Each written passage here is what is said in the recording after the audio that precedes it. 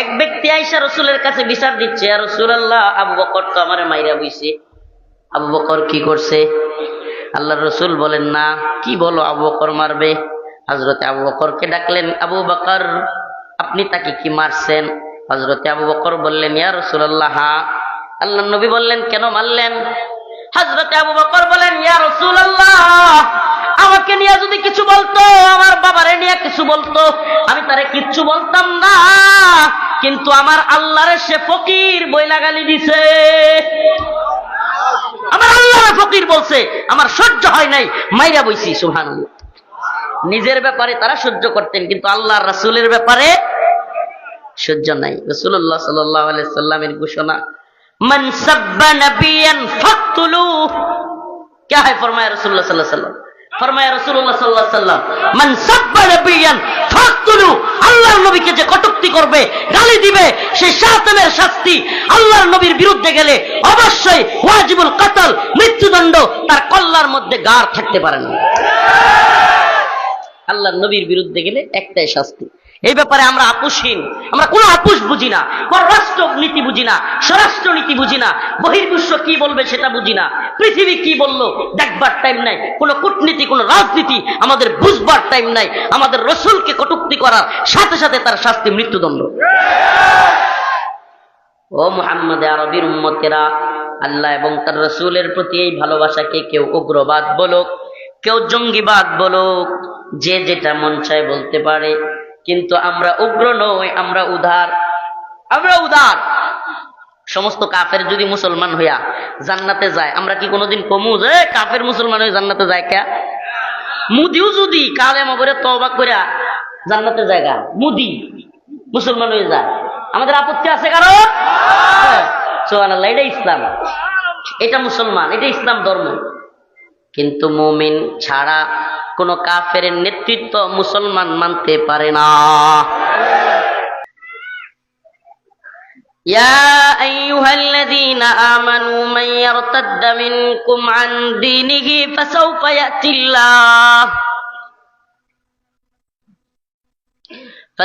ইয়াতিল্লাহু বিকওমিন ইউহিব্বুহুম ওয়া ইউহিব্বুনাহু আযিল্লাতিন আলাল মুমিনিন আ'ইজ্জাতিন আলাল কাফিরিন ইউজাহিদুনা ফি সাবিলিল্লাহ ওয়া লা ইয়াখাফুনা লাওমাতা লাইম। আল্লাহ পাক অন্য এক আয়াতেও মুমিনদের পরিচয় বর্ণনা করতে গিয়া, যে মুমিনদের সিফাত কেমন হবে, মুমিনদের আচরণ কেমন হবে, তাদের চলাচল কেমন হবে, কাফেরদের সাথে তারা কেমন মুআমালাত করবে, মুশরিকদের সাথে কেমন মুআমালাত করবে, কিংবা মুসলিমদের সাথে, অন্য মুমিন ভাইয়ের সাথে তার আচরণ কেমন হবে, যে আয়াতে কারিমা তিলাওয়াত করেছি, সেখানে আল্লাহ বলতেছেন, মুহাম্মাদুর রাসূলুল্লাহ ওয়াল্লাযীনা মাআহু আশিদ্দাউ আলাল কুফফার। আল্লাহর নবী সাল্লাল্লাহু আলাইহি ওয়াসাল্লাম এবং তার সাথীরা যারা ছিলেন, তারা ছিলেন আশিদ্দাউ আলাল কুফফার রুহামাউ বাইনাহুম। কাফের মুশরিকদের সাথে শক্ত, মুমিনের সাথে নরম। যে আয়াত আগে তিলাওয়াত করলাম, এখানে আল্লাহ বলতেছেন আদিল্লাতিন আলাল মুমিনিন, মুমিনদের ব্যাপারে নরম, আইজ্জাতিন আলাল কাফিরিন, কাফেরদের ব্যাপারে শক্ত। ইউজাহিদুনা ফি সাবিলিল্লাহ, প্রকৃত মুমিনের আরেকটা গুণাবলী হলো সে আল্লাহর রাস্তায় জিহাদ করে। ওয়ালা ইয়াখাফুনা লাওমাতা লাইম, নিন্দুকের নিন্দার পরোয়া করে না। সুবহানাল্লাহ। নিন্দুকের নিন্দার পরোয়া করে না। সুবহানাল্লাহ। নিন্দুকের নিন্দার পরোয়া করা যাবে না। দ্বীনের কাজের ক্ষেত্রে কে কি বলল, দ্বীনের কাজে আপোষকামিতার সুযোগ নাই। দ্বীনের কাজে, দ্বীনের প্রশ্নে, ঈমানের প্রশ্নে ব্যক্তির জরুরত, ব্যক্তির খায়েশাত, এগুলোর কোনো জায়গা নাই। ব্যক্তি বিপদে পড়বে নাকি, এটারও কোনো জায়গা নাই। কারণ যেখানে ঈমানের প্রশ্ন, সেখানে চুপ থাকার কোনো সুযোগ নাই। ঈমানের প্রশ্ন। তো মুমিনের সিফাত তো এটা হওয়া উচিত, যেটা এতক্ষণ বললাম, যে তারা কাফের মুশরিকদের ব্যাপারে শক্ত, মুমিন এক মুমিন আর এক মুমিনের ব্যাপারে নরম, রহম দিলওয়ালা, স্যাক্রিফাইস করবে, একজন আর একজনকে সাথ দিবে। ঠিক আছে ভাই, ছেড়ে দিলাম, মনে কষ্ট রাখবে না। এখন আমাদের আচরণ হয়ে গেছে পুরাই উল্টা। আমরা মূর্তির দারোয়ান, মন্দিরের দারোয়ান, টঙ্গিতে পালোয়ান। আমাদের চরিত্র এরকম হয়ে গেছে না, যে আমরা মন্দিরে গিয়া দুর্গা পূজায় পাহারাদারি করি, দারোয়ানগিরি করি, মন্দিরের দারোয়ান, টঙ্গিতে গিয়ে আমাদের মুসলমান ভাইদের মাথায় আঘাত করে ফেলি। কি আশ্চর্য কথা! অথচ হওয়ার কথা ছিল উল্টা। উল্টা মূর্তি পূজার বিরুদ্ধে কঠিন, আমি এটাতে যাব তো নাই, পারলে এটাকে কিভাবে আটকায় দেওয়া যায়। মূর্তি পূজার বিরুদ্ধেই রাসূলের সংগ্রাম, কিভাবে তাদেরকে দাওয়াত দেয়া যায়, তাদেরকে মুসলমান বানানো যায়। আর যদি মুসলমান বানাইতে নাই পারি, ওদেরটা ওরা করবে, আমি শুনবো না, দেখবো না। মুমিনের আচরণ হবে এরকম। অথচ এখন কি মন্দিরের দারোয়ান, আর আমি এদেরকে মূর্তির দারোয়ানটা কি, আর টঙ্গিতে গিয়া পালোয়ান। অথচ হওয়ার কথা ছিল কি টঙ্গিতে দারোয়ান। মুমিন ভাইদের দারোয়ান সাজার দরকার ছিল। মুমিনরা আসবে, ইস্তেকবাল করবে, আসসালাম। আমরা জীবন ভর, আমার বাবা একজন তাবলিগি মানুষ, আপাদ মস্তক, আমাকে মাদ্রাসায় দিছে বেটা তাবলিগ করিয়া, মানে তাবলিগি গিয়া বুঝছে। এক লোক একদিন রাগ করে কইতেছে, মানে আলেমদের সাথেই তো ইতাআতীদের দ্বন্দ্ব না, তো এক তাবলিগওয়ালা বাবা একদিন রাগ করে কইতেছে, হুজুর আমরা আলেম না হইতে পারি, আলেমদের বাপ। অনেকে তারে ধরছে, এক বেটা তুই এত বড় কথা কইলি, আমাদের অনেক পোলাপান আলেম আছে, আমি লেগে আলেমের বাপ।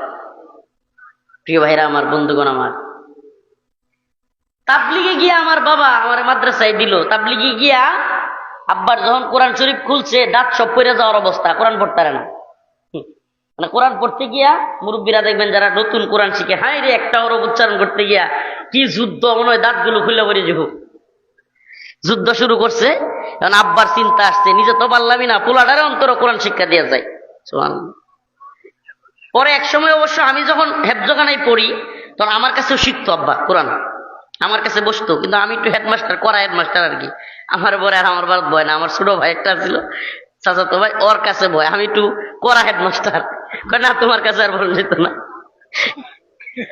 আল্লাহর বান্দা চলে গেছে, তার জন্য দোয়া করবেন। আমি যখন 17 পারার হাফেজ, আমার আব্বা এই পৃথিবী ছেড়ে চলে গেছেন। সেই স্মৃতি খুব ভয়াবহ, স্মৃতি বলবার সময় সুযোগ নাই ইনশাআল্লাহ। তো প্রিয় ভাইরা আমার, এই যে তাবলিগে উনি না গেলে হয়তো আমাকে ভর্তি করার যে তামান্না, এটাই তৈরি হইতো না। এই তামান্নাটা আসছে করতে গিয়ে ওই তাবলিগে গিয়া। মনে হয়েছে যে আমি তো পারি না কোরআনটা, দেখি আমার ছেলে যদি কোরআন পারে। তার খুব শখ ছিল, তার খুব আশা ছিল আমার বাবার, যে আমার ছেলে আলেম হবে, কোনোদিন বক্তা হবে, আর আমি সামনে শ্রোতা হইয়া ওয়াজ শুনবো। এটা আমার আব্বার খুব আশা ছিল, কিন্তু সে পারে নাই। আমি যখন 17 বারে হেফজ করছি, তখনই আব্বা মারা গেছে। যাত্রাবাড়ি, ঢাকার যাত্রাবাড়ি মাদ্রাসায় পড়তাম তখন। তো ওই দিন যশোরের আবদিনের প্রোগ্রামে ডকুমেন্টারিতে আব্বার ইস্যুটা তুলে আনলো, তো যে আমার আব্বা মারা গেছে।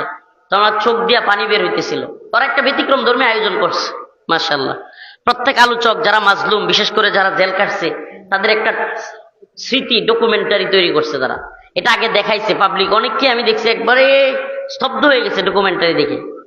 প্রিয় ভাইরা আমার, বন্ধুগণ আমার, এই যে তাবলিগে গিয়া সে তার ছেলেকে ভর্তি করলো, আমরা জীবন ভর আব্বার কাছে শুনছি, তাবলিগওয়ালাদের কাছে, অনেকের কাছে শুনছি যে তাবলিগে যারা যায়, মুরব্বীরা, অনেক মুরব্বী রাতে 2টার সময় উইঠা টয়লেট সাফ করতেছে।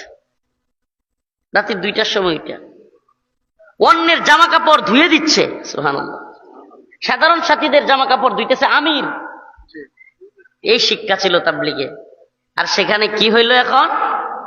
এখন রাত্রির 4টার সময়, যে 4টার সময় অন্য সময় একজন আর একজন গিয়া হাত পা মুছে দিত, কাপড় ধুয়ে দিত, বাথরুম সাফ করে দিত। এখন এই 4টার সময় এক ভাই আর এক ভাইয়ের মাথায় গিয়া বাড়ি মারে। আফসুস, কোন দলিল দিয়ে আপনি অন্য মুসলমানের মাথায় আঘাত করাকে জায়েজ করবে? এটা কোন দলিল দিয়ে সম্ভব? মুসলমানের মাথায় আঘাত করা, এটা কোন দলিল দিয়া সম্ভব? এক মুমিনের জন্য আরেক মুমিনের জান মাল ইজ্জত রক্ত সবকিছু হারাম। মানে আপনি কোনো ভাইকে বাজারে গিয়ে গালি দিতে পারবেন না, এটা হারাম। কারণ সবার সামনে আপনি যখন একটা বাজারের ভিতরে কাউকে গালাগালি করবেন তখন সে তার সম্মানহানি হবে। কি হবে? আপনি খুব মাতাব্বর হয়ে গেছেন, এলাকার মাস্তান, এমনি এমনি আটেন, আপনার পোলাপান আছে কিছু বাই বাইস্তা, আপনি তো কল্পনাও করতে পারবেন না যে আপনার এই দৈরালা খায়ালা কিংবা দুইটা গালি দেওয়ার কারণে বাজারের মধ্যে ওই বান্দা রাতের আধারে চোখের পানিগুলো ছেড়ে দিয়ে যে কান্না করছে, আল্লাহর আরশ পেয়ে গেছে। আপনি কি মনে করেন? আপনি দেখছেন না? আপনি দেখেন নাই? আপনার চোখের সামনেই না 2024 সালের 5ই আগস্ট হাসিনা পালাইলো। এমনকি তার যত নিচের সাগরেদ ছিল, কর্মী ছিল, একেবারে স্থানীয় পর্যায়ের নেতা থেকে সবগুলো পালাইছে। এমনকি যেগুলো পালায় না সেগুলো ভয়ে আছে। আপনি কি এটা দেখেন না? যারা জুলুম করছে তাদের পরিণতি থেকে আমাদের শিক্ষা নেওয়া উচিত না? সমস্ত জালেমদের থেকে আমাদের শিক্ষা নেওয়া উচিত, সমস্ত জালেম দেশ থেকে। হাদিসের মধ্যে আসছে, আল্লাহ রাসূল সাল্লাল্লাহু আলাইহি সাল্লাম বললেন যে আল্লাহ পাক সবাইকে তওবা করলে মাফ করে দিবেন। একটা হাদিসে আসছে যে আরাফার ময়দানে যারা উপস্থিত হবে, আরাফার ময়দানে আল্লাহ পাক তাদের সবাইকে মাফ করে দিবেন ইল্লা জালিম, জালেম ছাড়া। আপনি কল্পনা করতে পারেন জুলুম,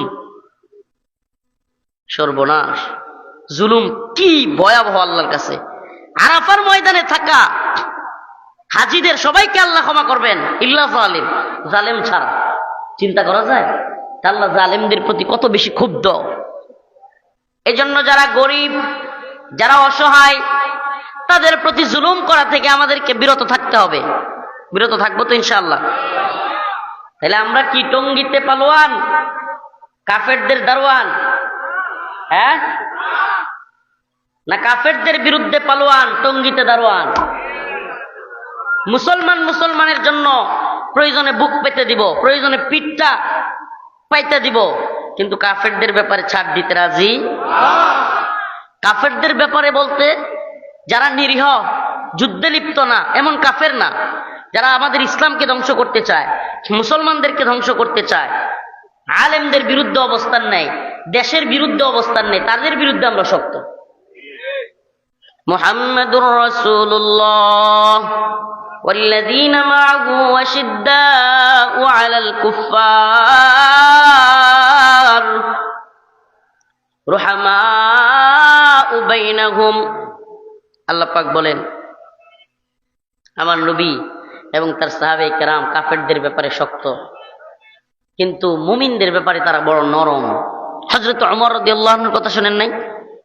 হযরত ওমর যখন তিনি খলিফাতুল মুসলিমিন, খলিফাতুল মুসলিমিন হযরত ওমর খুতবা দিচ্ছেন মসজিদের ভিতরে।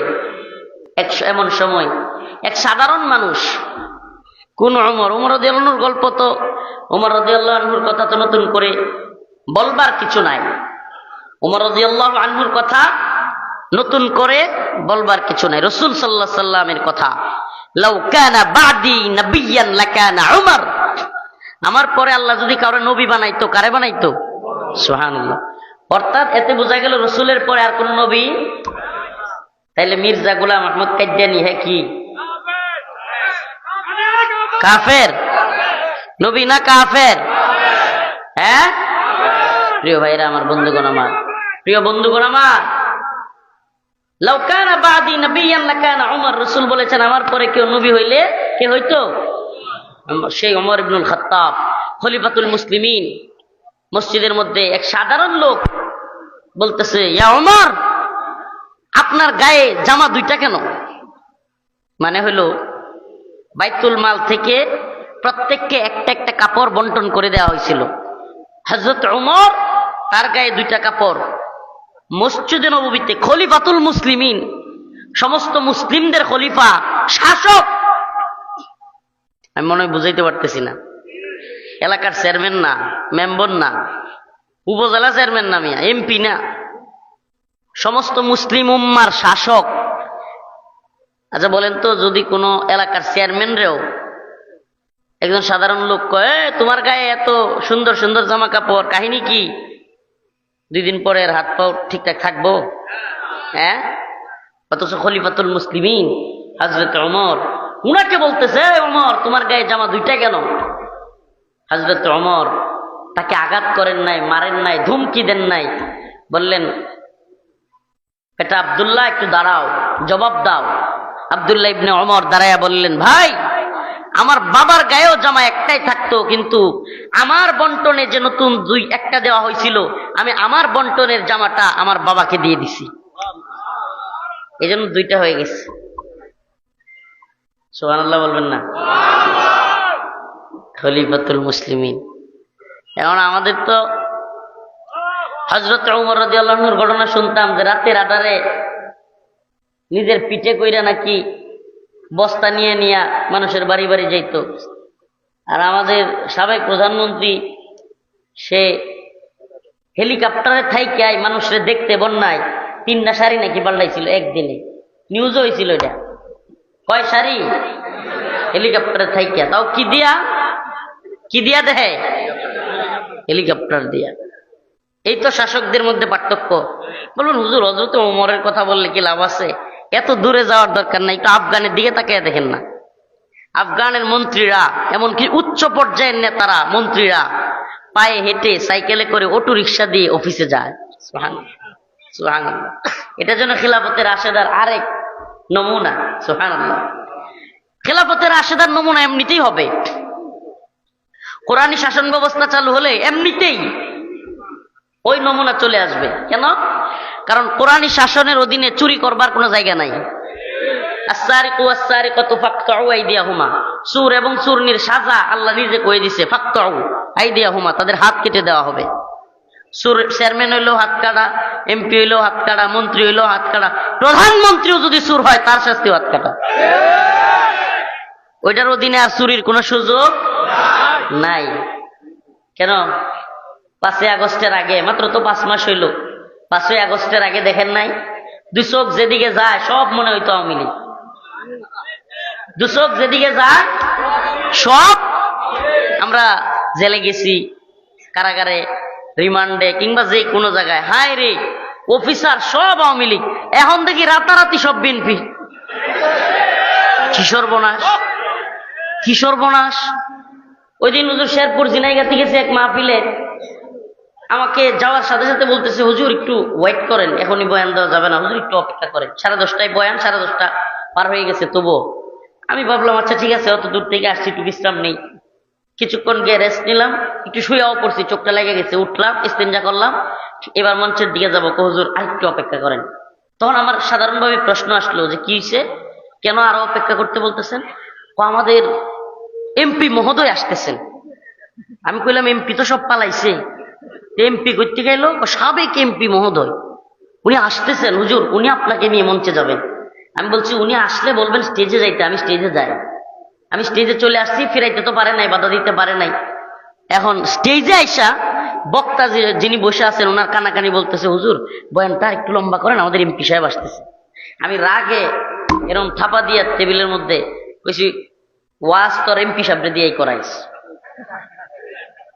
আমি গেলাম গাড়িতে, আস্তে আস্তে আস্তে গাড়িতে যে গিয়ে উঠছি, এই এটা ওটু হয়ে গেছে, থামাই ওকে। গাড়িতে যে গিয়া উঠছি, গাড়িতে যে গিয়ে উঠছি, আর থামাতামি নাই। ড্রাইভার নজরুল পাগলা আমার আজকেও আসছে, নজরুল এই ওটু এটা থামাই ওকে। মাশাআল্লাহ আছে, ঠিক আছে।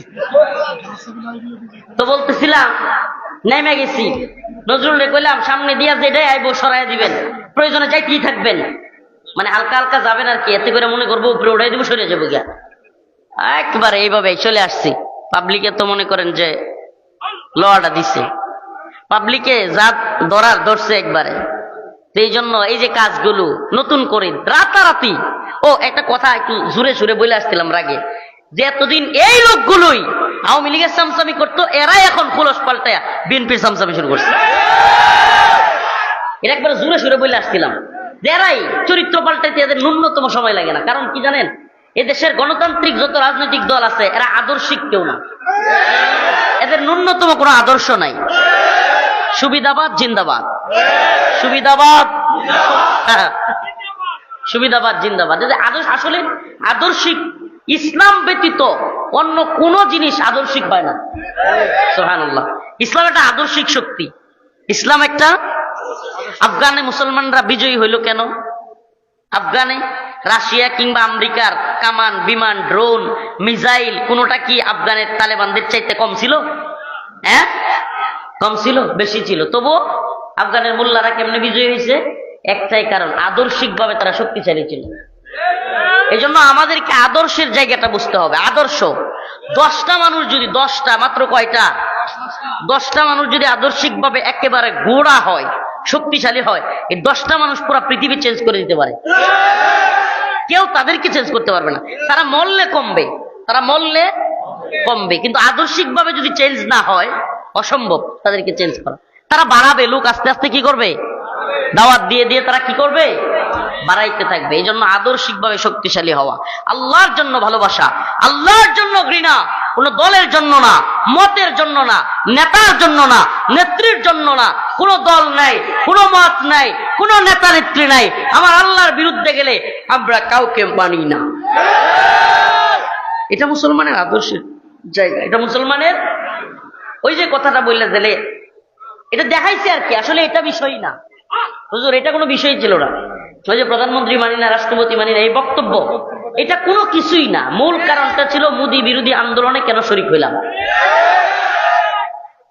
দাদারে খুশি করতে গিয়া দিদি সব আলেমরে জেলে ভরে দিছে।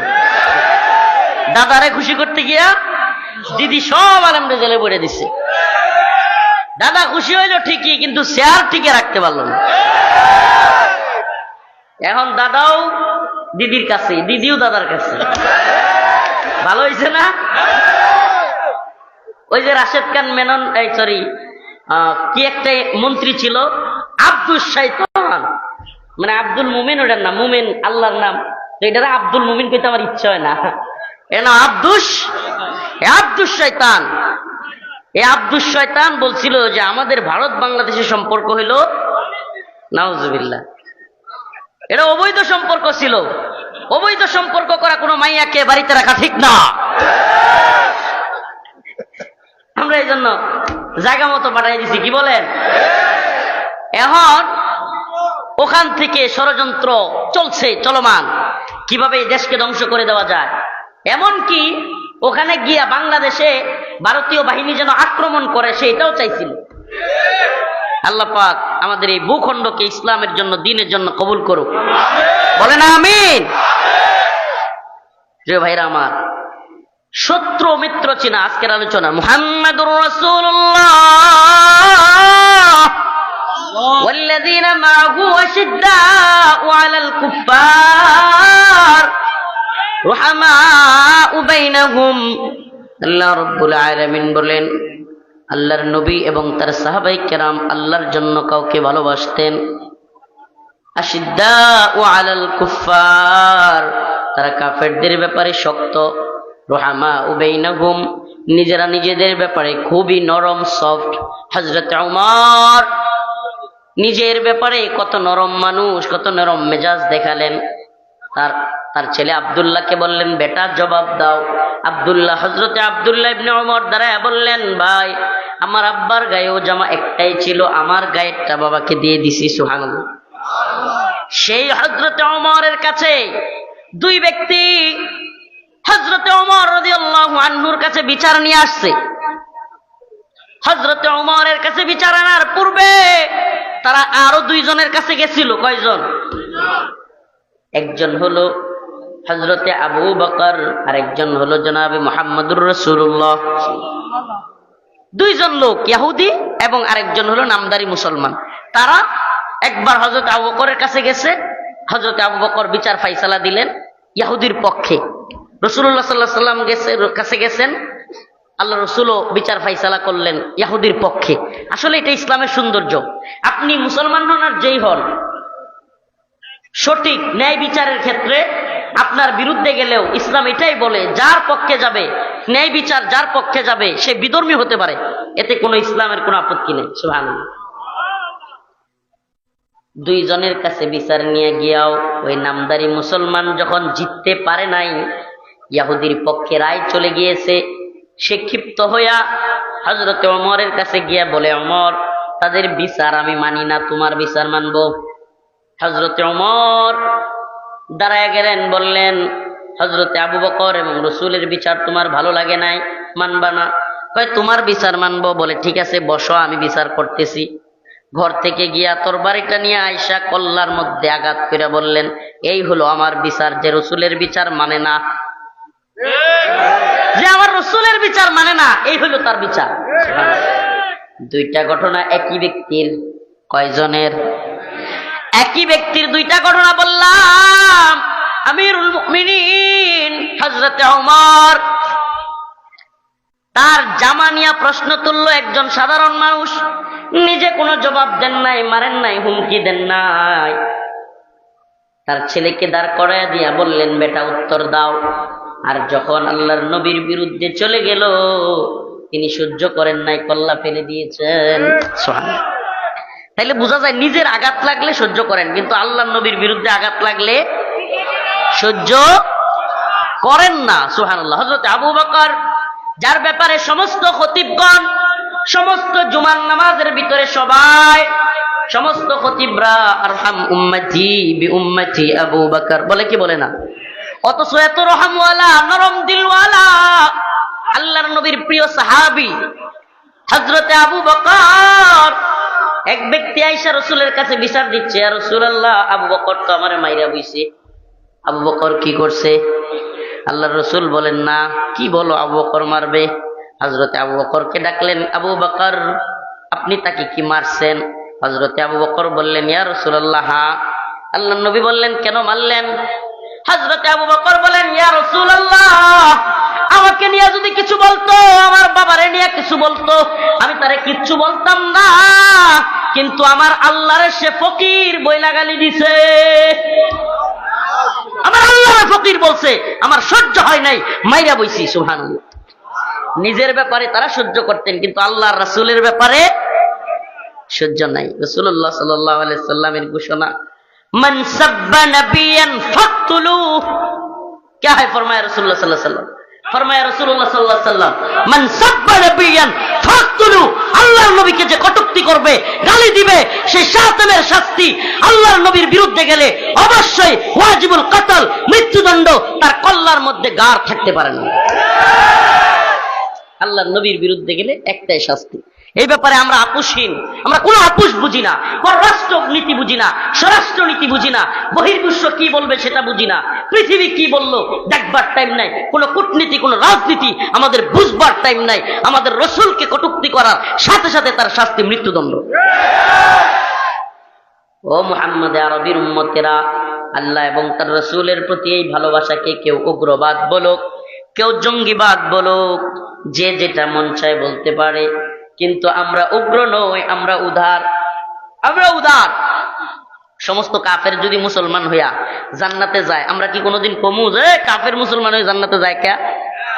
মুদিও যদি কালেমা করে তওবা করে জান্নাতে জায়গা, মুদি মুসলমান হয়ে যায়, আমাদের আপত্তি আছে কারো? সুবহানাল্লাহ। এটা ইসলাম, এটা মুসলমান, এটা ইসলাম ধর্ম। কিন্তু মুমিন ছাড়া কোন কাফের নেতৃত্ব মুসলমান মানতে পারে না। কাফের নেতৃত্ব মুসলমান মানতে। وَإِذِ ابْتَلَى إِبْرَاهِيمَ رَبُّهُ بِكَلِمَاتٍ فَأَتَمَّهُنَّ قَالَ إِنِّي جَاعِلُكَ لِلنَّاسِ إِمَامًا قَالَ وَمِنْ ذُرِّيَّتِي قَالَ لَا يَنَالُ عَهْدِي الظَّالِمِينَ। আল্লাহ রাব্বুল আলামিন হযরত ইব্রাহিমকে বলেন, وَإِذِ ابْتَلَى إِبْرَاهِيمَ رَبُّهُ بِكَلِمَاتٍ فَأَتَمَّهُنَّ। হযরত ইব্রাহিম আলাইহিস সালামকে আল্লাহ বললেন, আপনি পরীক্ষায় পাশ করেছেন, আপনাকে ক্বালা وَإِذِ ابْتَلَى إِبْرَاهِيمَ رَبُّهُ بِكَلِمَاتٍ فَأَتَمَّهُنَّ قَالَ إِنِّي جَاعِلُكَ لِلنَّاسِ إِمَامًا। আপনাকে ইমাম বানানো হবে, নেতা বানানো হবে। হযরত ইব্রাহিম বললেন, ক্বালা ওয়া মিন যুররিয়াতি, আমার বংশধরদের থেকেও কি নেতা বানানো হবে? আল্লাহ বলেন, ক্বালা লা ইয়ানালু আহদিজ জালিমিন, আমি জালেমদের থেকে কাউকে নেতা বানাই না। তার মানে কাফের জালেম এরা মুসলমানদের নেতা হওয়ার যোগ্য না। আল্লাহ নিজে বলতেছেন ক্বালা লা ইয়ানালু আহদিজ জালিমিন, আহদে জালেম, জালেম সম্প্রদায় থেকে, কাফের মুশরিকদের থেকে মুসলমানদের লিডার হয় না, মুসলমানদের কোন নেতা কাফের হতে পারে না। কোন কাফের যদি মুসলমানদের জোরপূর্বক নেতা হয়েও যায়, তাকে সরানো সমস্ত মুসলিমদের উপর ফরজ। কোন কাফের জালেম মুসলমানদের নেতা থাকতে পারে না। মুমিনদের নেতা হবে মুমিন। এজন্য আমি স্লোগান কারাগার থেকে বের হওয়ার পর থেকে স্লোগান দিচ্ছি, ইম্মা শরিয়া ওয়া ইম্মা শাহাদা, হয়তো শরীয়ত নয়তো শাহাদাত, হয়তো শরীয়ত শাহাদাত। শরিয়া প্রতিষ্ঠা করার আগ পর্যন্ত লড়াই করেই যাব। ইসবিরু ওয়া সাবিরু ওয়া রাবিতু, ইসবিরু ওয়া সাবিরু ওয়া রাবিতু, ইসবিরু ওয়া সাবিরু ওয়া রাবিতু। এটা লড়াই, সবরের লড়াই, এটা ধৈর্যের সাথে লড়াই করতে হবে। আল্লাহ বলেছেন ইন্নাল্লাহা মা'আস সাবিরিন, নিশ্চয় সবরকারীদের সাথে আল্লাহ আছে। এটা লড়াইটাই সবরের লড়াই, একজন আরেকজনের হাতে কামড় দেওয়ার লড়াই। কাফেররা তোমার হাতে কামড় দিবে, তুমিও কাফেরের হাতে কামড় দিলা, দুইজনে কামড়া কামড়ি হতে থাকবে। কেডা আগে বাপ দাহে, ও বাবা কেডা আগে কয়। মুসলমান জীবনে ও বাবা আগে কইব, কথা কন না। আমেরিকা আফগানে এক কামড় দিছে, আগে বাপ কেডা ডাকছে? আমেরিকা। মাথা নত কইরা 21 সালের 15ই আগস্ট, 21 সালের 15ই আগস্ট মাথা নত কইরা কানে খত দিয়া নাকে খত দিয়া ওই যে বাবা আর জীবনে আমুনা সাইরা দে, মা কান্দা বাসি সাইরা দে। গেছে কি যায় নাই? সুবহানাল্লাহ। বিজয় মুসলমানদের। বিজয় কাদের? মুসলমানদের। আমরা বিজয়ী জাতি, আমরা পরাজিত জাতি। মুসলমান ইমানদার, ও মুসলমান ইমানদার, ইহুদিরা তার টেম্পল নির্মাণ করার জন্য, দ্য গ্রেট ইসরায়েল নির্মাণ করবার জন্য প্রস্তুতি নিচ্ছে। তাদের স্বপ্ন, ইহুদিবাদীদের স্বপ্ন, দ্য গ্রেট ইসরায়েল, গোটা পৃথিবী শাসন করবে ইসরায়েলরা, ইহুদিরা। তাদের স্বপ্ন এটা। এজন্য তারা ফিলিস্তিনকে স্বীকার করতে চায় না, মুসলিমদেরকে হত্যা করে, মুসলিমদেরকে নিশ্চিহ্ন করে দিতে চায়। তাদের স্বপ্ন হলো তাদের মসিহ আসতেছে, তারা দ্য গ্রেট ইসরায়েল নামক রাষ্ট্র গঠন করবে, যার অধীনে পুরা পৃথিবী ইহুদিরা শাসন করবে। তাদের মসিহ কোরআনের হাদিসের দাজ্জাল। তারা যে মসির আগমনের অপেক্ষায় আছে, সেটা কে? কে? দাজ্জাল। আর এদিকে ভারত উপমহাদেশে এরাও একটা স্বপ্নে বিভোর। ভারত, পাকিস্তান, নেপাল, ভুটান, শ্রীলঙ্কা, মালদ্বীপ, বাংলাদেশ, আফগানিস্তানের কিছু অংশ নিয়া তারা অখণ্ড ভারতের স্বপ্ন দেখতেছে। কিসের স্বপ্ন? অখণ্ড ভারত। অখণ্ড ভারতে কিসের শাসন হবে? রাম রাজত্ব। একদল স্বপ্ন দেখে দ্য গ্রেট ইসরায়েল, আর একদল স্বপ্ন দেখে অখণ্ড ভারত। আমরা যেন গোলামি করতে, আমরা কি গোলামের বাচ্চা রে? হ্যাঁ, আমরা কি এই দুনিয়ায় কাফের মুশরিকদের দ্বারা শাসিত হইতে আসছি? শাসিত হইতে আসছি? মুসলমানরা পুরো পৃথিবী শাসন করবে। ইতিহাস বলে মুসলিমরা বিজয়ী ছিল, মুসলিমরা গোটা পৃথিবী শাসন করেছে, ভারতবর্ষ শাসন করেছে। কবির ভাষায় বলতে চাই, আসসিনু লানা ওয়াল আরবু লানা ওয়াল হিন্দু লানা ওয়াল কুল্লু লানা, আসসিনু লানা ওয়াল আরবু লানা ওয়াল হিন্দু লানা ওয়াল কুল্লু লানা।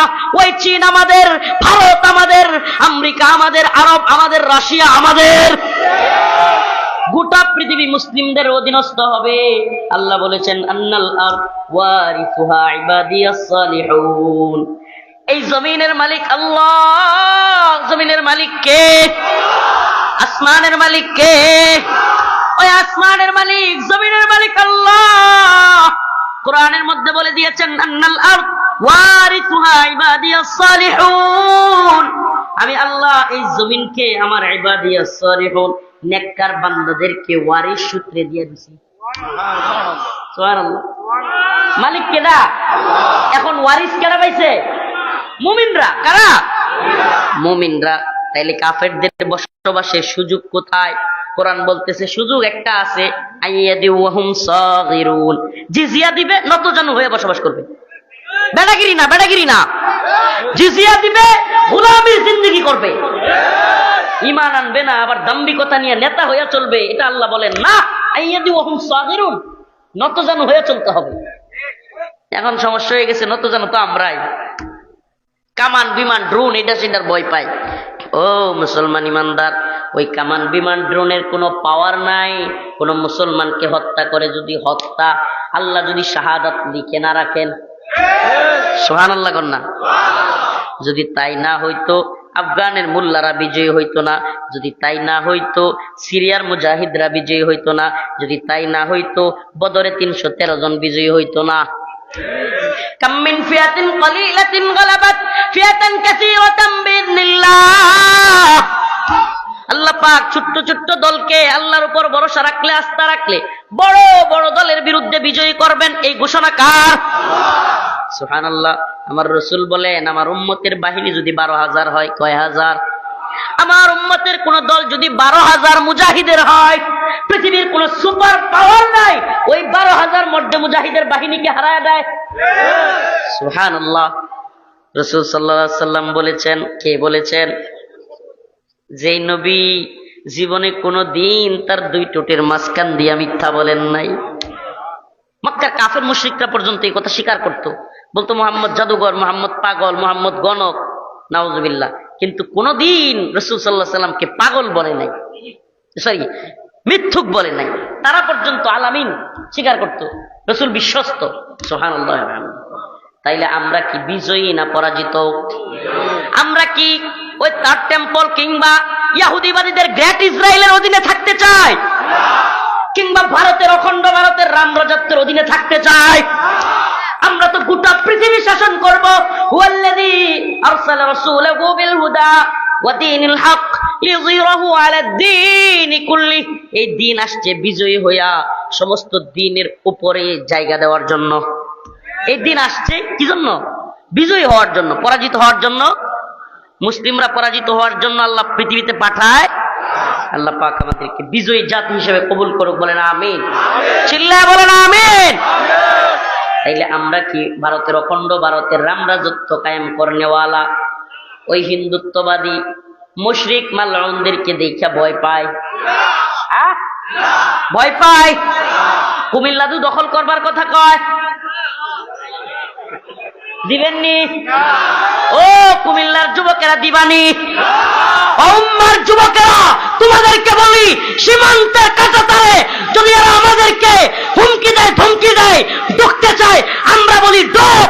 উম্মার মুজাহিদদেরকে নিয়া, যুবকদেরকে নিয়া, কেসিয়ার চাকু নিয়া তোদের মুসলমান করে দিন। শয়তানের দল, শয়তানির একটা জায়গা নাই না? রেডি আছেন তো ইনশাআল্লাহ? আমরা কামান বিমানের পরোয়া করি, ভারতের গোলামি করি, ইসরায়েলের গোলামি করি। আমরা কার গোলাম? চিৎকার করে বলো না, কার গোলাম? গোলামি করি কার? আমরা আল্লাহর গোলাম। আকাশ বাতাস ফাটায়া জানায় দিতে চাই, আমরা কার গোলাম? আমরা পৃথিবীর কোন তাগুতের, কোন জালেমের গোলাম না। আল্লাহ পাক আমাদের সবাইকে মর্দে মুজাহিদ হিসেবে দ্বীনের জন্য, শাহাদাতের জন্য কবুল করুক, বলেন আমিন। আরো জোরে আওয়াজ করে বলেন আমিন। তাইলে আমাদের মুহাব্বত মুমিনের প্রতি। আদিল্লাতিন আলাল মুমিনিন, মুমিনের ব্যাপারে নরম। আইজ্জাতিন আলাল কাফিরিন, তাগুতের ব্যাপারে, কুফুরের ব্যাপারে, শিরিকের ব্যাপারে আমরা খুব গরম, শক্ত। মুমিন ভাইয়ের ব্যাপারে নরম। তাইলে টঙ্গিতে আমরা হব দারওয়ান, আর মুশরিকদের বিরুদ্ধে রাজি আছি তো ইনশাআল্লাহ? মুমিনদের জন্য দারওয়ান, কাফেরদের জন্য যদি ইসলামের বিরুদ্ধে দাঁড়ায়, নাসরুম মিনাল্লাহ ফাতহুন করিব, আমার জন্য